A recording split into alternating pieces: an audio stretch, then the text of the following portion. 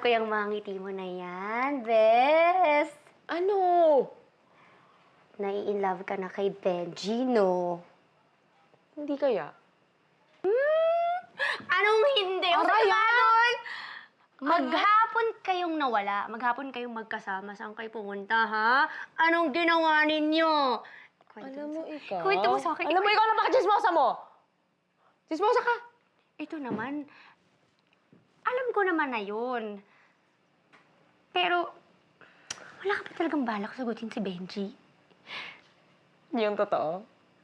Sabi ko na nga. Yung totoo? Oo. Wala. Ano? Bakit ba hindi mo pa sagutin yung tao? Ano ba bang hinahanap mo kay Benji?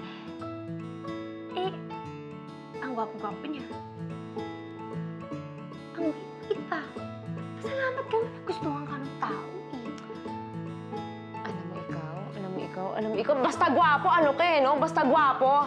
Eh, boto nga ako. Eh kasi paano kung ano? Paano kung hindi naman pala siya yung para sa akin? Hay, nako. Paano? Paano?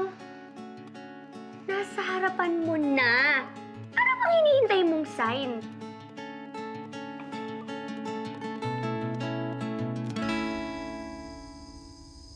Paano mo nga ba malalaman kapag in love ka na sa isang tao? Nararamdaman na lang ba yun? Dahan-dahan ba yung nangyayari? O posible ba na sa isang iglap,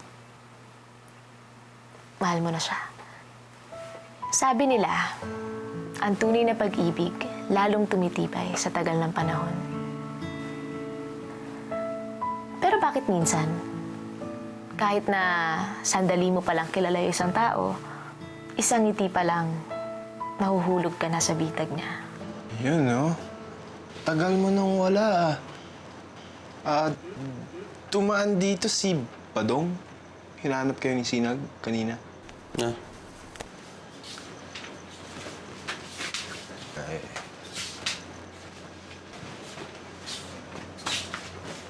Good news, bro!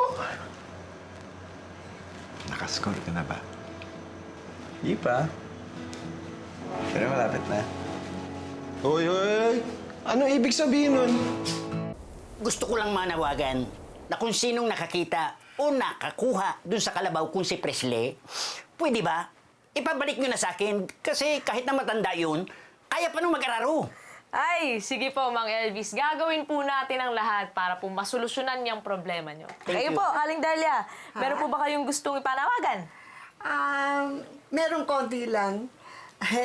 Kasi po gusto ko lang malaman ng lahat ng mga nakikinig sa atin dito na nangitlog na po ang aking inahin.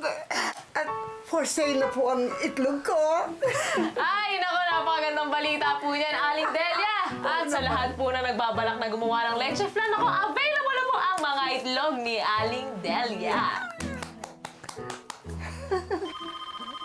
Ay, may caller tayo. Hello, makulay na araw. Hello, madam. Damin. Gusto ko lang po sanang itanong kung paano po malalaman na in love ang isang tao. Paano nga ba? Siguro kapag lagi mo siyang iniisip. Tapos, sa tuwing iniisip mo siya, nai-inspire ka. Sa tingin ko kasi wala namang eksaktong paraan para malaman mo kung mahal mo talaga ang isang tao. Kasi alam mo ang pag-ibig, dinaramdam na lang yan eh. At kapag naramdaman mo na yon, yun na yun! Wala nang tanong-tanong pa, pag-ibig na yan! Ang ganda naman, Madam Damin. Mukhang in love din po kayo, ah. Arman, alam kong ikaw yan. In love ba agad? Ha? Hindi ba pwedeng masaya lang ako? At dahil masaya ako, ito ang isang awit ng pag-ibig mula sa orihinal na komposisyon ni Ka Henry. Ka Henry, Ka Henry, Ka Henry.